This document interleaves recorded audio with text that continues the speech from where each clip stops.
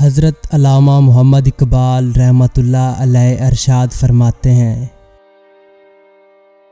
بندہ مومن جب اللہ کی رضا میں گم ہو جاتا ہے تو خود تقدیر الہی بن جاتا ہے۔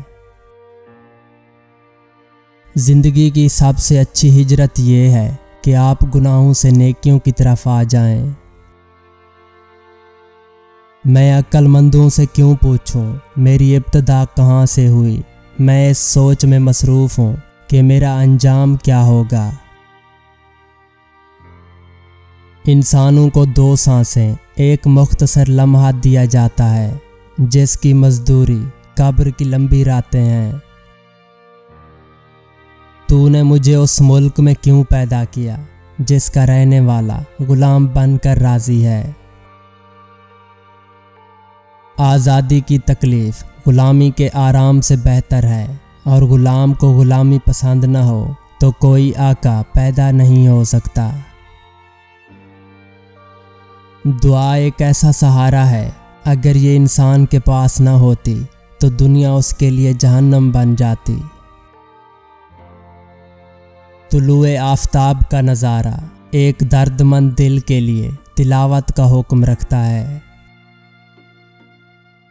یاد رکھو، دنیا کی کوئی قوم اپنا اصول قومیت چھوڑ کر زندہ نہیں رہ سکتی۔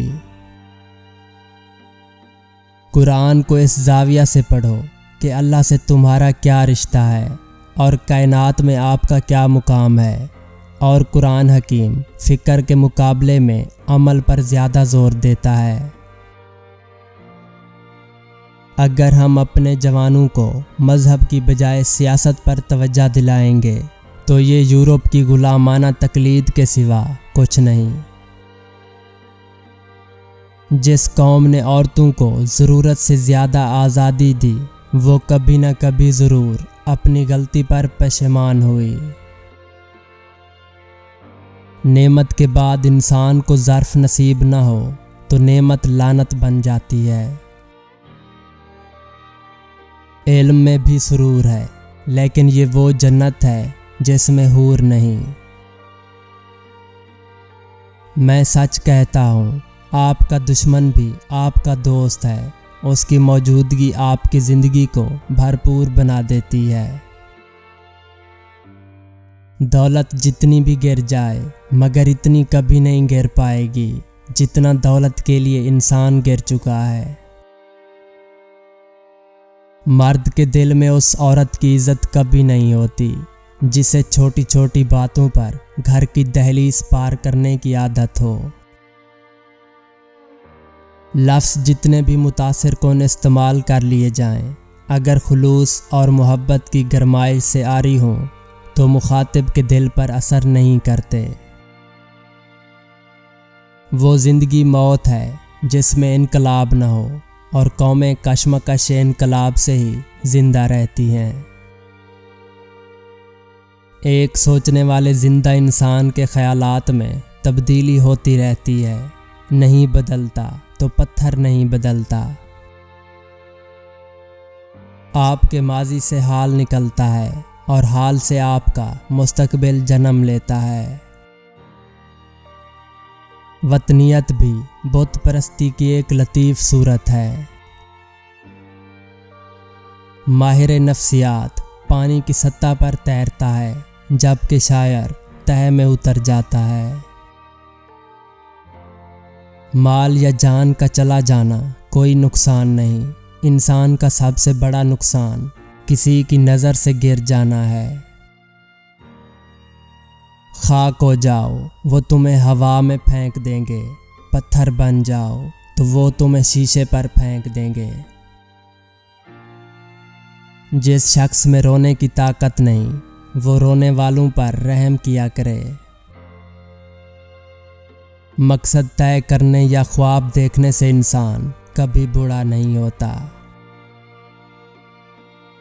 تجربے سے معلوم ہوا ہے کہ لوگ اخلاص اور دیانت کے بہت دشمن ہیں۔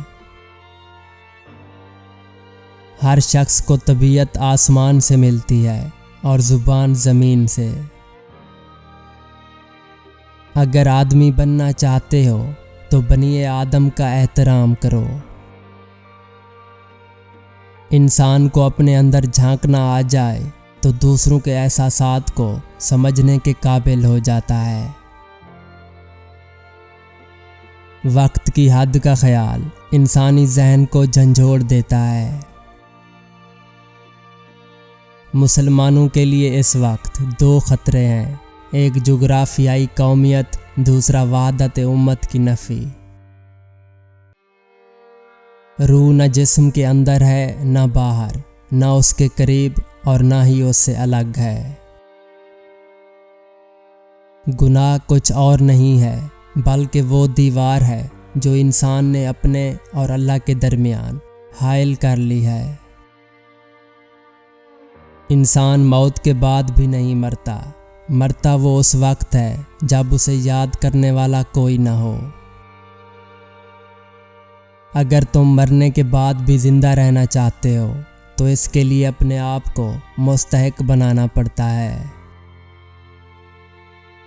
خواہشیں بادشاہوں کو غلام بنا دیتی ہیں مگر صبر غلاموں کو بادشاہ بنا دیتا ہے۔